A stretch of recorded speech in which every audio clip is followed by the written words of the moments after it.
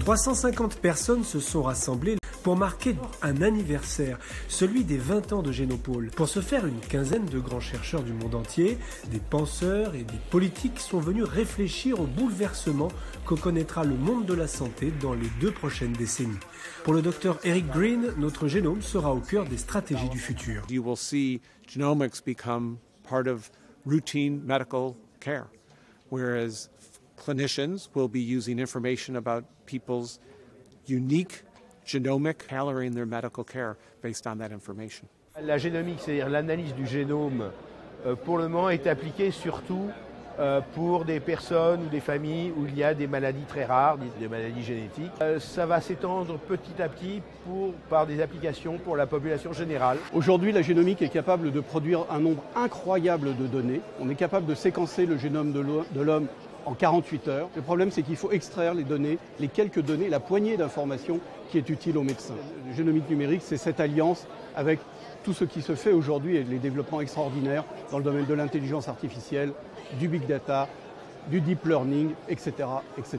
Ce qui se produit aujourd'hui, c'est que avec les capteurs, avec les différentes techniques, le séquençage, les macromolécules biologiques, on est capable d'accumuler énormément d'observations. Et la bonne nouvelle, c'est que les techniques d'intelligence artificielle vont être en mesure d'interpréter ces informations.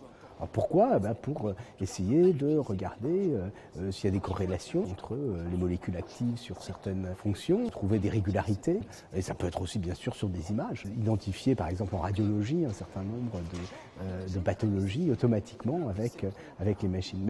There's an amazing transformation happening as we speak towards personalized medicines, and now we're seeing cancer being cured in young children through cell therapies and gene therapies, or blindness being cured through gene therapies. Pour permettre à toutes ces technologies de se développer, en particulier sur le territoire d'Évry, encore faut-il pouvoir financer les start-up super innovantes qui innervent le campus de Génopôle. Génopôle est vraiment un bio-incubateur où il y a beaucoup d'entreprises qui arrivent, qui se créent et qui se développent. Donc nous, on est là pour un peu voir de quoi elles ont besoin au niveau des financements.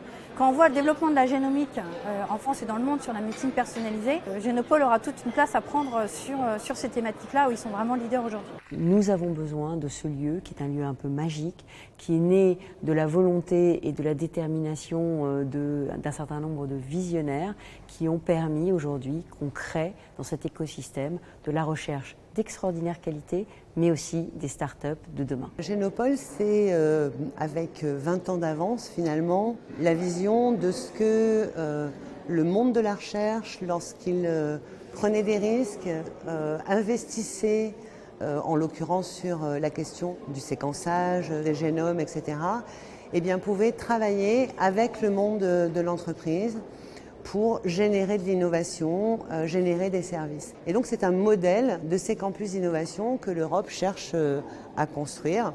Le fait que ce soit à Évry, le fait que ce soit au sein du projet de l'Université Paris-Saclay, eh bien c'est une opportunité immense pour le développement de cette partie de la région.